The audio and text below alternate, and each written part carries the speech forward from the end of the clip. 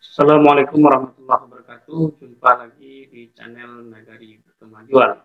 Cara mengatur adat memakai. Nah, pada kali ini kita akan membahas tentang pemberlakuan pajak atas rumah gadang di Nagari Sulit Air. Sebagaimana kita ketahui, Sulit Air ini memiliki kurang lebih 118 datuk, yang artinya rumah gadang pun juga cukup banyak di negara kita. Nah, keadaan tersebut oleh pemerintah kolonial Belanda dilihat sebagai sebuah peluang, yaitu bagaimana caranya bisa mengambil pajak atas rumah gadang. Nah, lalu bagaimana respon para penghulu, para angku datuk di Nagari Sulit Air pada saat itu? Mari simak terus video ini. Jangan lupa subscribe.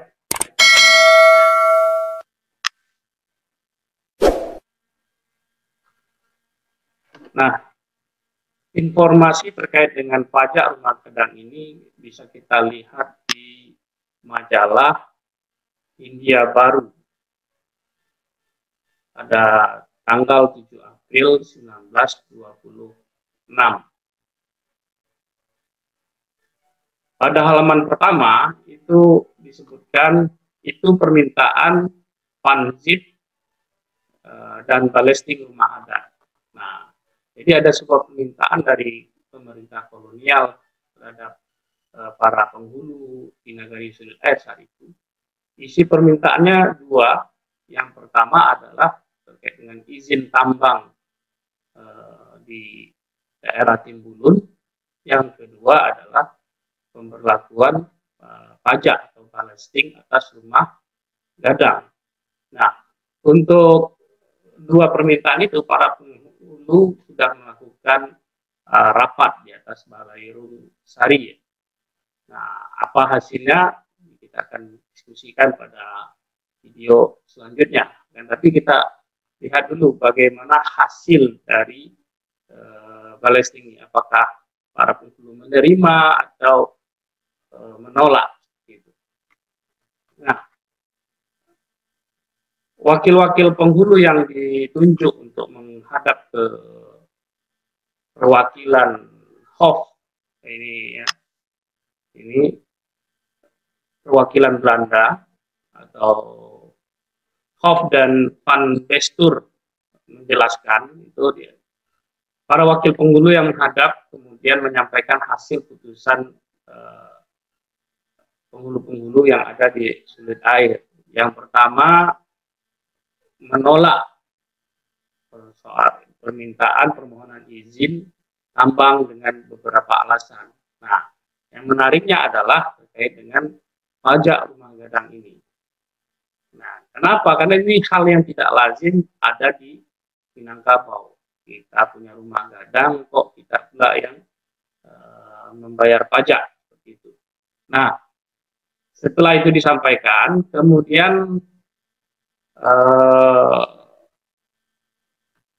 kemudian wakil-wakil itu meneruskan pertanyaan kepada Hof tentang pertanyaan pemerintahan taksiran sewa rumah adat.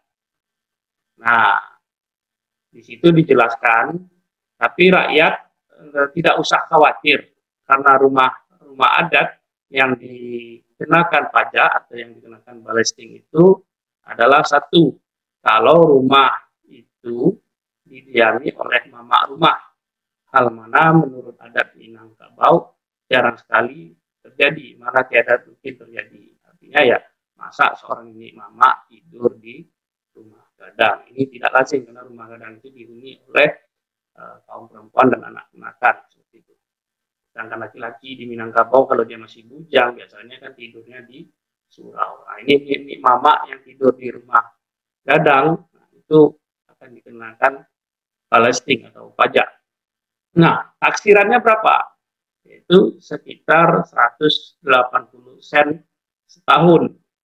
Nah, penjelasan lebih lanjut, sewa-sewa rumah adat di Minangkabau pun ada sedikit sekali taksirannya. Karena di kampung-kampung sewa rumah biasanya tiada tinggi. Jadi tiadalah akan melebihi dari 180 sen setahun. Nah, informasi ini mengindikasikan pada tahun 1926 jumlah penduduk di Sulit Air itu sudah berangsur sedikit. Artinya sudah mulai kosong. Nah, itu karena di paragraf terakhir di koran ini jelaskan sampai ada kejadian rumah-rumah itu diupahkan mendiaminya karena ketiadaan orang. Nah, kita lihat di Sulit Air sendiri sehari ini ya rumah gadang banyak juga yang kosong, kemudian diupahkan atau ada diminta orang untuk menghuninya atau untuk membersihkannya. Nah, kalau di zaman dahulu, di zaman kolonial Belanda, rumah-rumah gadang yang kosong itu kalau dihuni oleh Nyek Mama, maka dia akan dikenakan balesting atau pajak. Nah, ini menarik ya, kalau kita terlepas dari persoalan pajak tadi, artinya tahun 1926 jumlah penduduk di Nagari Sulit Air itu sudah mulai berkurang. Nah, dari data yang saya dapatkan, tahun 1870 di Sulit Air itu ada sekitar 9.000 orang penduduk, 9.200 sekian. Nah, kalau di 1926 terjadi balesting atas rumah gadang karena banyak ini mama yang tidur di sana, ini menunjukkan bahwa penduduk Nagari Sulit Air pada tahun 1926 itu semakin berkurang karena tingginya minat untuk merantau ke daerah lain.